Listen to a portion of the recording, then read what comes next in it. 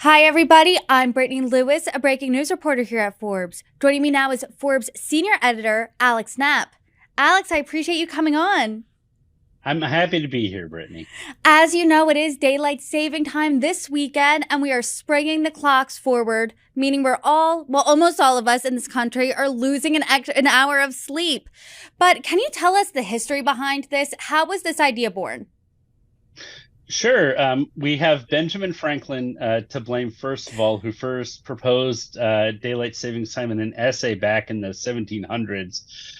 Although it never actually caught on until World War One, when both Germany and the United States and a few other countries adopted daylight savings time as a way to conserve coal and oil and other energy that they were using for the war effort.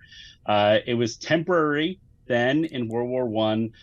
It was readopted during World War Two, again to save energy for the war effort.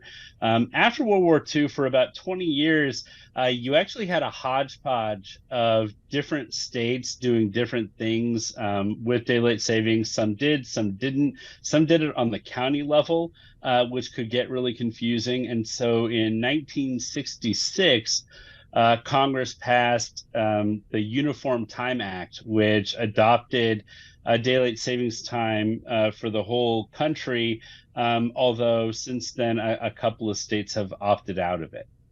Got it. And why are they allowed to opt out of it? That makes it confusing for us all, especially when we're trying to book meetings, know what time it is in this country.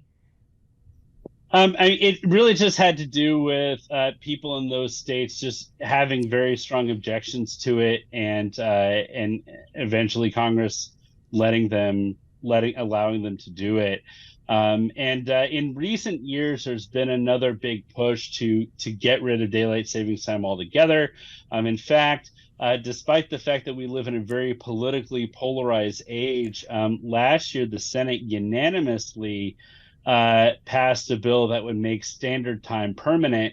It got stalled in the House, not because people really wanted to keep the clock changing, but there was actually just an argument about whether to make standard time or daylight time permanent. And then the legislation was reintroduced in the Senate again, and we'll see how well it fares in the House this time around. Like you said, it is a highly divisive time, but it really says something that this can bring both Republicans and Democrats together. This is extremely bipartisan. Senator Marco Rubio recently, as you said, reintroduced the Sunshine Protection Act. Why do you think, especially in this highly partisan time, that people from all walks of life across the aisle can come together and say, this is kind of craziness? I think there's several reasons why people are coming together on this issue of getting rid of daylight savings time. And it has part to do, obviously, just the hassle and annoyance of springing forward, falling back. I always end up going to church at the wrong time that Sunday, for example. But there's also a weight of scientific evidence that clock changing is just not good for your health. Sleep disruptions can cause all sorts of different kinds of health issues, which is why the American Medical Association and the American Academy of Sleep Medicine and other physicians groups have all been urging the abolishing of daylight savings time. Can you get more into the health risks? What does this pose by changing the clocks forward and backward? So your body has a natural kind of circadian rhythm, and the cues for that are, the way light and dark are happening over the course of the day. And when you disrupt that by moving backward and forward an hour, it throws off metabolic processes in your body. And it's been correlated with things like stroke risk, heart attacks, or even simple stuff like I was supposed to go to the doctor's at 8:30, but the clocks changed and I didn't notice, and I didn't get to the doctor in time. Like there's even risks associated with, missing appointments and things like that. It also has impacts on mental health. There are studies showing that the sleep disruptions caused by the clock changing can exacerbate mood disorders, anxiety, depression, and other conditions. So, are scientists pushing for standard time or daylight saving time? Generally speaking, scientists are pushing for standard time. And there's some scientific reasons for that, although the real culprit is the clock change more than the actual time itself. However, I will point out that in the 1970s, Congress did actually pass a bill making daylight savings times permanent, and everybody hated it because people didn't like commuting to work in the dark. Um, Especially during winter time is what caused that. And so Congress actually repealed that and brought clock changing back again.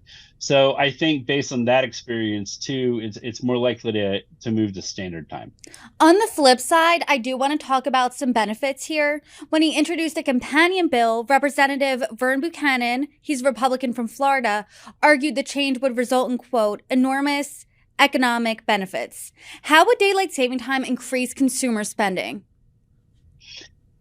So the argument for this is that if the daylight is in the evening as opposed to the morning, people are more likely to go out to eat, go out to restaurants, go out to activities, and spend more money that way. So that's the argument for the economic benefits.